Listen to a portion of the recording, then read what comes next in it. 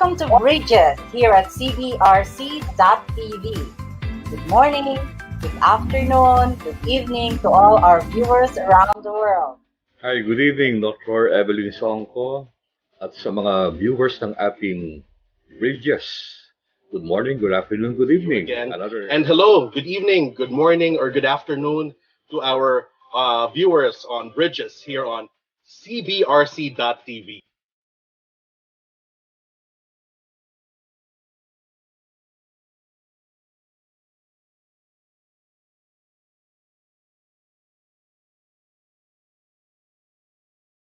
Welcome to Bridges here at cbrc.tv. Good morning, good afternoon, good evening to all our viewers around the world. Hi, good evening, Dr. Evangeline Songko at sa mga viewers ng ating Bridges. Good morning, good afternoon, good evening. Again. And hello, good evening, good morning, or good afternoon to our viewers on Bridges here on cbrc.tv.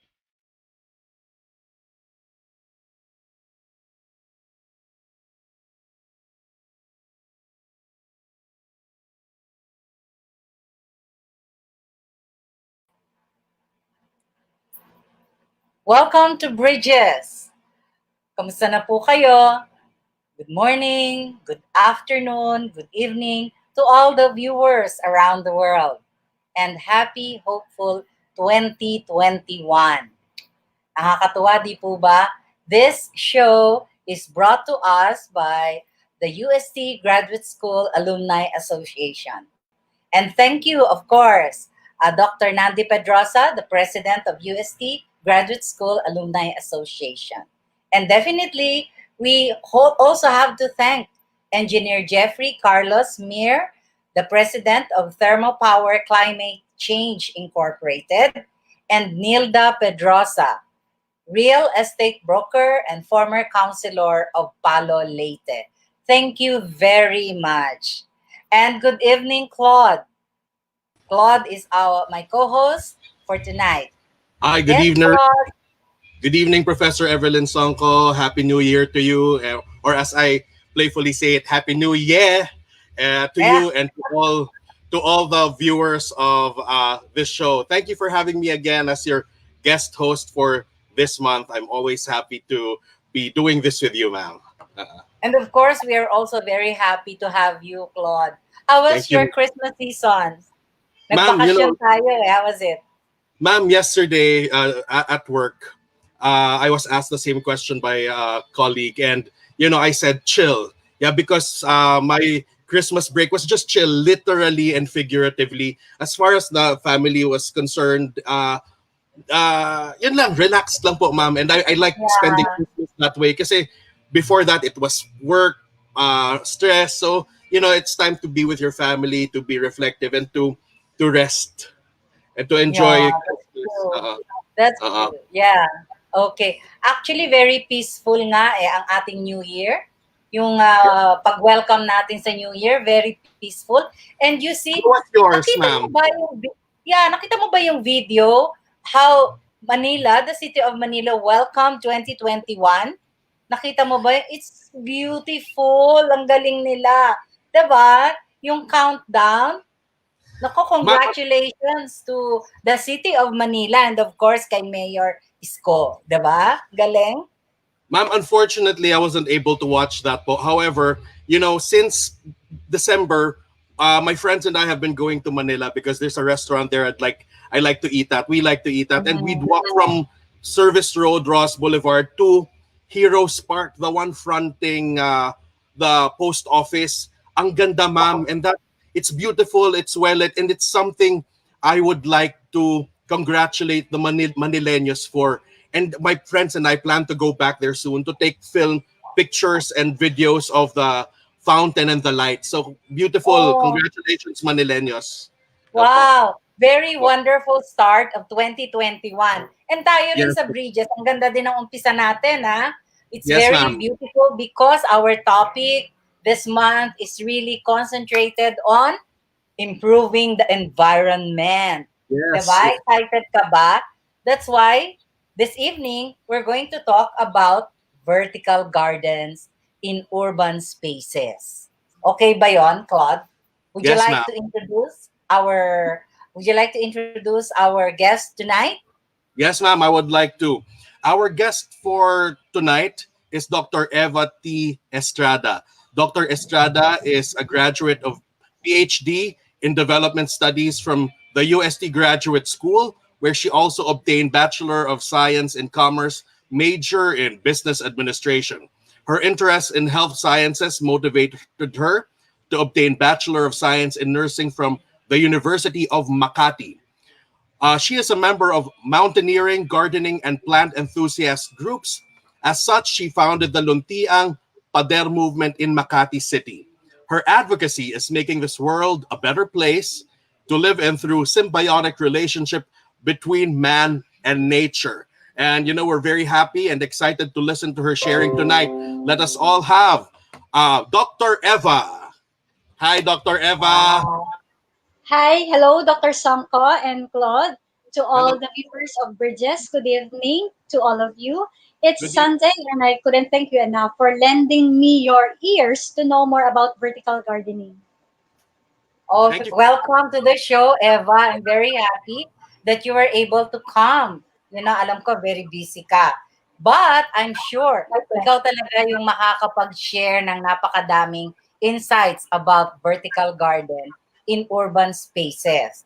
You tell us nga, paano ka naging interested sa vertical gardening? Actually po, my background in mountaineering as a personal hobby and the organization's advocacy to protect and preserve the environment in our little ways have pushed me to continue in this endeavor. And we do a lot of educating the people living around the mountains on how to take care of the environment. And we did a lot of mountain cleanups and participated in many tree planting activities in the mountains and in the lowlands. So I was amazed by the beauty of nature and how God has empowered us to become stewards of God's creation.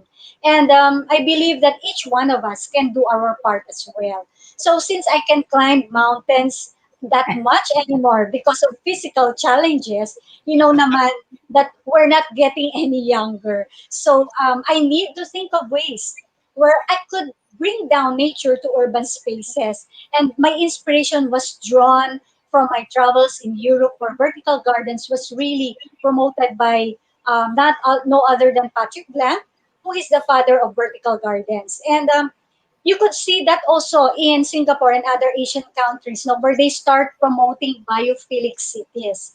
But one challenge in urban spaces is that we have limited spaces and we can just plant trees anywhere. So I thought that this vertical gardening can be an alternative activity for urban residents to engage in. So Oh, unlike horizontal gardening, vertical gardening can maximize use of vertical spaces and like just a wall or a fence or grills of the windows or gates or even posts or other vacant wall. Um, but just like any gardens, it has the same benefits as those of keeping a horizontal or ground gardening or ground gardens. And this can be for beautification or aesthetic purposes. So if you just imagine a street with each houses having vertical gardens in front of their houses, you could be amazed, no, on how pleasant it is to look at. So in the neighborhood, it paves way for halting the garbage dumping by neighbors, no, and other misbehavior, like for instance doing the graffiti wall. Like for instance, now that they don't have space not to vandal the walls because it's already a vertical wall garden. So for the social benefits, since we share common interests, so vertical gardening became a social gathering activity. So since everybody were busy as the bees, so chismisan, no, was replaced by talking about their gardens and how to take care of their plants. And installation of their wall gardens became a social activity for us. For the environmental benefits, it promotes biodiversity as has been observed. Now we tend to enjoy a lot, enjoy to see a lot of butterflies, bees, and birds roaming around and visiting our garden. It also helps us improve the air quality because plants absorbs toxins from our environment. And it also teaches gardeners to find ways to recycle, reuse, and reduce waste. No? For their fertilizers, they just make of hugas bigas or hugas isda or coffee brew, which we collected from the coffee shops. And the therapeutic benefits also can't be overemphasized. They call their gardens a garden of healing because it serves as a stress reliever. So this is the funniest part. So sometimes relatives of the gardeners will tell me, alam mo, Eva, si Mami, maghapon na sa garden. Di na namamalayan ang oras. And I think all the plantitos and plantitas out there could relate, no? So even for my patients who have Alzheimer's disease or those with disabilities and the widows in the community, they find comfort in this activity.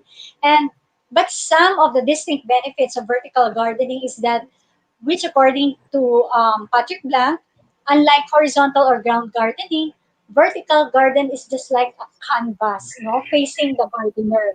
So you paint, you create the design of your garden that pleases you, and it serves an expression of the gardener. So it also regulates temperature because it can slowly block the heat of the sun passing through the wall of your house. And for the spiritual benefits, the gardeners found this gardening activity putting themselves as being stewards of God's creation. They manifest this by keeping their garden as a living testimony. And last but not the least, on the economic side, they started to keep their herbal plants or their herbal gardens, started growing eggplant or ampalaya to climb their walls as they found growing their own food from their hands. So that's it. Ma'am, Eva, thank you for sharing with us all that. And I can just imagine if, those passersby, outside your house, see your vertical gardens, they would think twice about just throwing about pieces of trash about just about anywhere. Or Discipline yes, talaga. exactly. And ma'am, you also founded the Luntiang Pader movement. What is the nature of this movement po? Actually, the Metro Manila Development Authority have vertical projects along EDSA in the underpass of also in the underpass of Manila and Quezon City. And as you may observe, some of these vertical gardens were not practically sustained. So I just thought, why don't we bring this down to the household level so that each household could take care of their own gardens. So it started with the neighbors until we were modeled by other organizations and neighboring barangays in Makati City. So it was pioneered and sustained by hardworking senior citizens of Sitio 6 Barangay Kasilawan who were very active in promoting vertical gardening. So I started empowering them by educating them about the vertical garden concepts and reviving the spirit of bayanihan. So it's like this, no? So anyone in the neighborhood who express their desire or intention to start a garden, those who already have the garden will help that gardener for the installation of the wire mesh that will hold the garden. So each gardener will contribute their share of plants, pots, and some even they contributed soil. So when the garden is installed, we have this handover ceremony of the sponsors to the benefactors, no, and recite a creed. Oo, Claude. Wow, may krito po. Oo, may nagaganap na panunumpa which goes like this. So, ipapasa ang isang pasong halaman, no, doon sa gardener, which goes like this. Sasabihin, pinapasa ko sa iyo ang halamang ito. Naway ito ang iyong alagaan para sa kapakanan ng ating kalikasan. At sasagot naman yung gardener na tumatanggap ng halaman. No, nangangako ako na aalagaan ko ang mga halamang ito. Very dramatic, ano? Ito ang aking parte sa pag-aalaga ng inang kalikasan at pagtataguyod sa mga halaman na ipinagkatiwala sa akin ng Panginoong Diyos. At syempre, Claude, Dr. Songko, dahil may panunumpang nagaganap, paninindigan nila ito. Yes, ma'am. Talagang because what you're doing is really special. It deserves that kind of ceremony. At siguraduhin lang na ma-video para mas ma-motivate silang i-realize yan, to see it through. Di ba po, Ma'am Songko? Yeah, it is really very beautiful. At saka, nakikita mo ha, it's really a very great social activity in the neighborhood. And instead of doing other things, which probably will not be very useful to the community, mas nagkakaroon ng activity which is really very useful to the individual, and it benefits the community as well. And it benefits the environment. I can see that many of those who are active in your movement are senior citizens. I'm so happy to know that Yes, kasi that gives the senior citizen more meaning in their lives, di ba? Can exactly, you tell exactly us po. about the stories of the senior citizens who are involved in vertical gardening? Happy ba sila? Natutuwa sila, no? Dahil they're Yes, active here. Yes, can you tell opo. us about their stories, Eva? Actually, initially po, I thought of empowering the youth in this activity. But it seems that they have a lot of things on their plates. They're busy with the schools and they prefer to engage in social media activity. So, with my observations, the senior citizens will have much better time to engage in this type of activity. And when I started this movement, I observed that most people who express their interest in this type of activity are the senior citizens themselves. So you will be interested with their stories of the senior citizens while they are journeying in their lives in vertical gardening. So most of them find vertical gardening as avenues for self-expression. So they believe that their personalities and values are mirrored, no, in their garden. So may nagsasabi na kung ano ang itsura ng garden mo, nagpapakita ito kung ano ang pinahahalagahan mo. At minsan pa Oh, mas worse, kung anong pagkatao meron ka. Yan, masyado exaggerated, no? But now, from this perspective, they try to keep their garden attractive. So, most of our gardens here in Sitio 6, Barangay Kasilawan, have garden names posted in each garden at their front houses. So, these names like Garden of Generosity, Garden of Love, Couple Power, Service, Empowerment, Garden of Caring, Garden of Responsibility, Garden of Comfort, Garden of Compassion, Stewardship, Garden of Beauty, Garden of Passion, Garden of Happiness, Garden of Patience, and Garden of Wisdom. So these garden names also became a talking point for the gardeners to introduce the vertical garden concept to passersby in the street. So for example, so one gardener who names her garden Garden of Generosity, this is in reality he is a happy giver, so she is one of those who help promotes the vertical garden. So she shares her knowledge, her skills,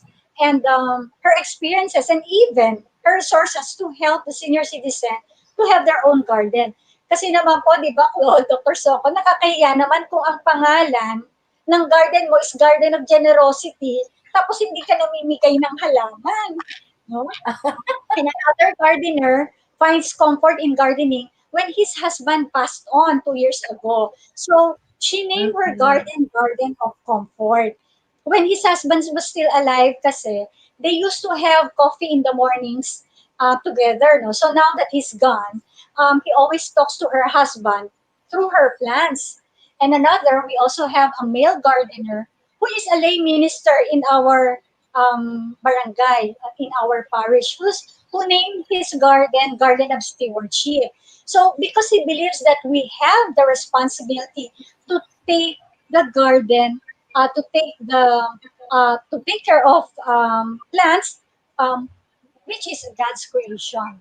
So these names reflect what they value the most and represent the values they want to promote, in the community, in the neighborhood, or to the passersby.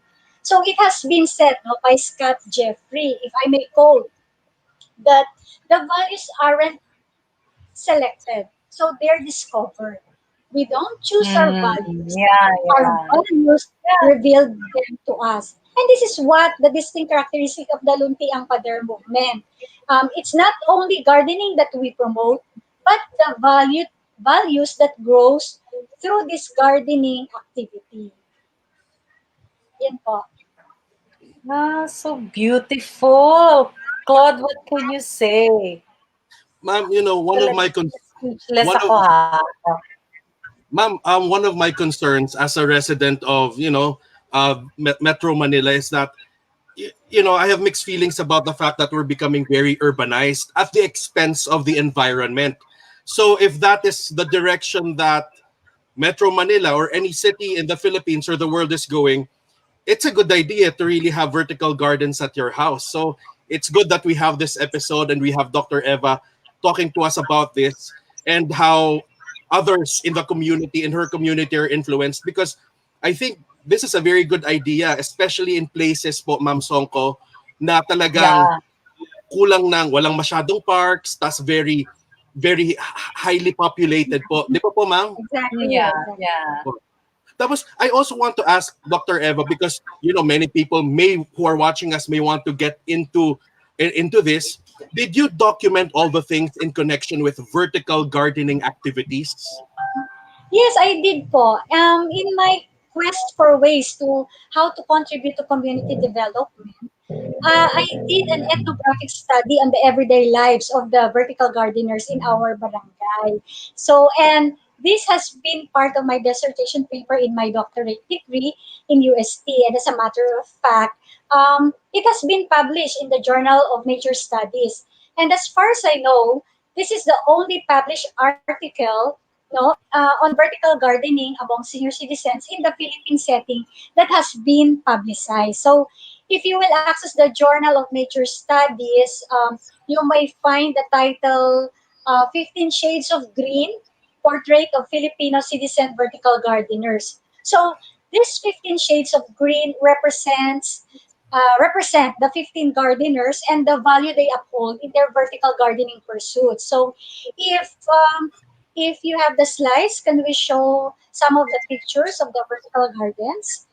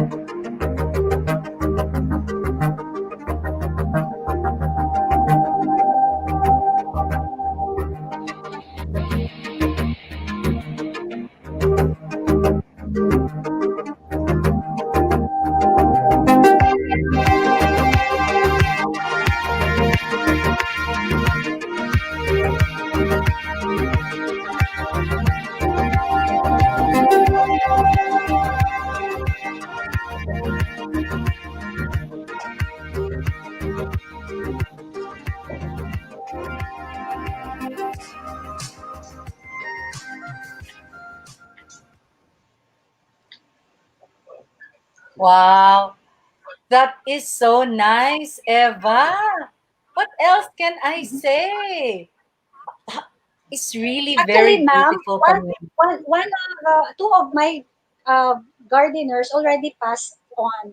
And you know what? When we Oh, are in the wake of the gardener, their relatives promise na numpa sila sa harap ng bangkay ng gardener. Naaalagaan nila yung naiwang vertical garden. So I'm so happy that the family are involved in this endeavor. yeah. And You it know, has become also a commitment of the family. And I think the Yes families po. are also very happy that the senior Yes citizens po. in their homes are actually, making the environment a better place to live in. No? Opo, That's a opo. beautiful advocacy that you have. What are your Yes. plans for the future? And I could also ask, what do you think can the government do in order to promote further vertical garden in urban spaces? My plans in the future, well, I will continue to promote vertical gardens through sharing my knowledge, my skills, and experience in gardening. And we will continue to promote it in schools, companies, and other organizations who might be interested in this activity. So 2 years ago po, the Makati government, through their community building program, has awarded us as one of the outstanding community among the 32 barangays in Makati. And this Wow. recognition push us to continue with our advocacy. Our local barangay also, Barangay Kasilawan, through our barangay captain and all the, the kagawads, have been supporting our activities through helping us um, helping us or the households to have vertical gardens as we cooperate also in their clean and green projects. On top of this, the Department of Environmental Services of Makati also has been giving support by providing us plants for those who requested from them. And in my humble thoughts, and it has been said, you don't need to do big or great things to help your country. So we can help our community in our own little ways by helping and supporting each other with the resources we have on hand. And that indeed is the Bayanihan spirit that works. Bayanihan spirit works in this way. Dr. Evelyn Sonko, I just noticed in the video of Dr. Eva, the line, bloom where you are planted. And Dr. Eva, I think that line in that video really represents you because you said you went mountaineering and you had gone to Yes, Europe where you were yes, exposed to all these things. And I believe in acquiring knowledge when you go out of your comfort, your immediate surroundings, going out, leaving the country and bringing back ideas. And you represent that line because you brought it back to where you live, which is in Makati. And now it's, yes.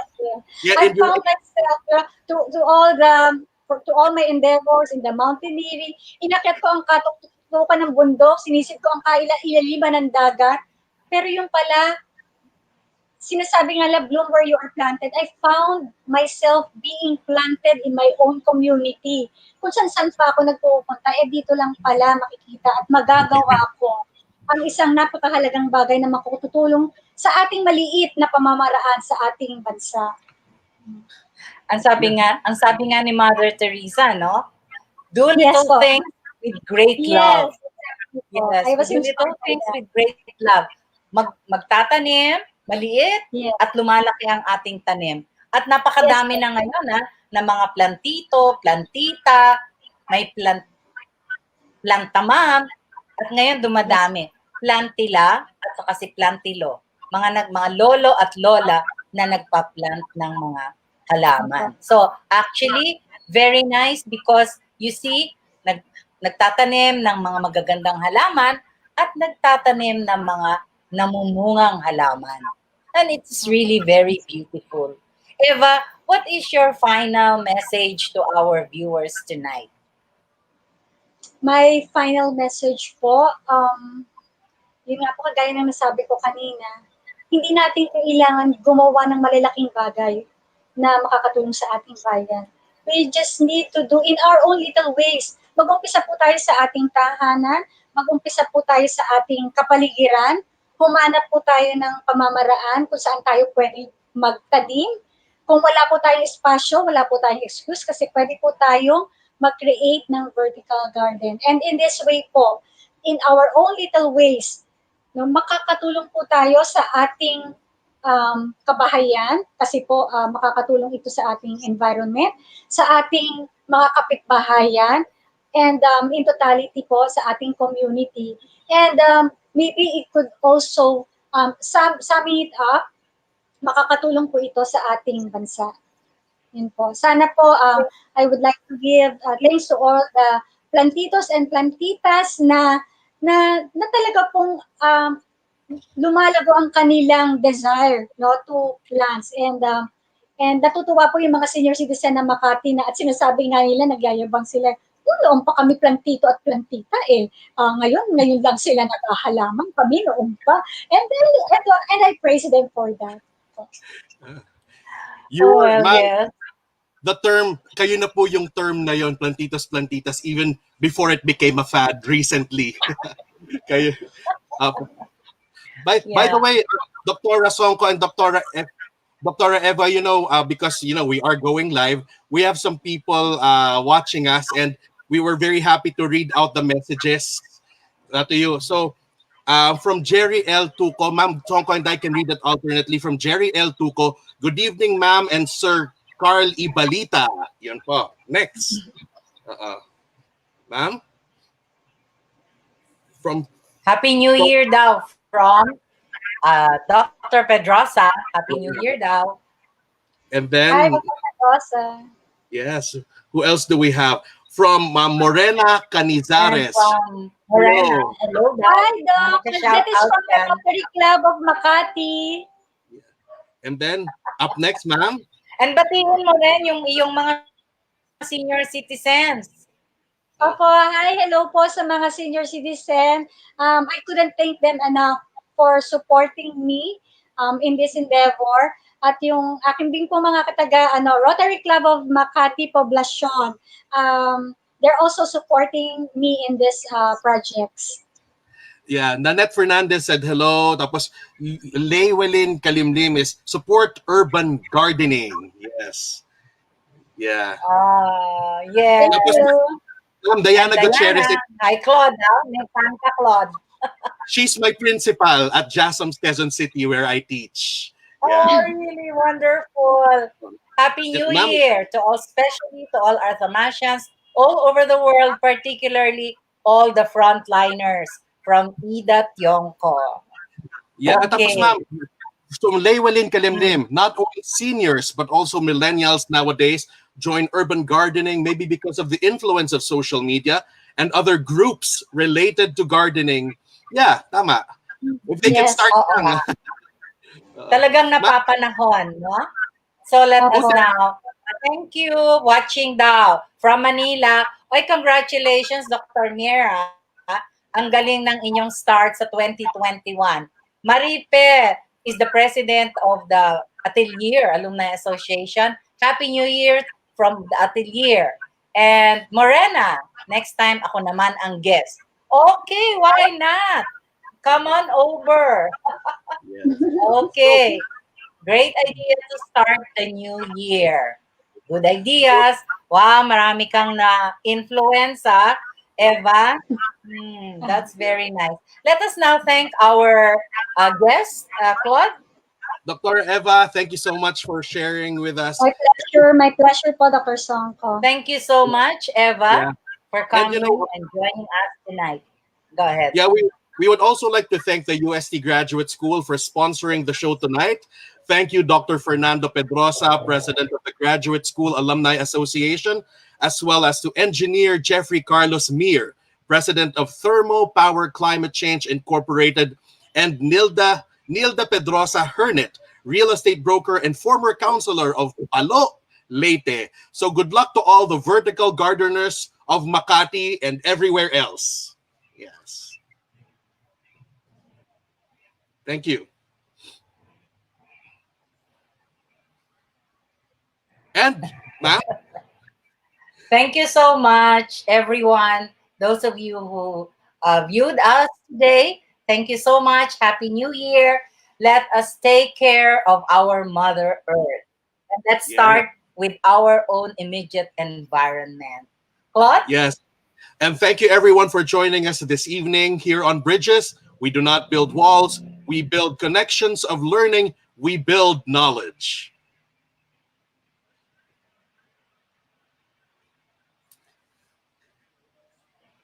Ma'am Sonko.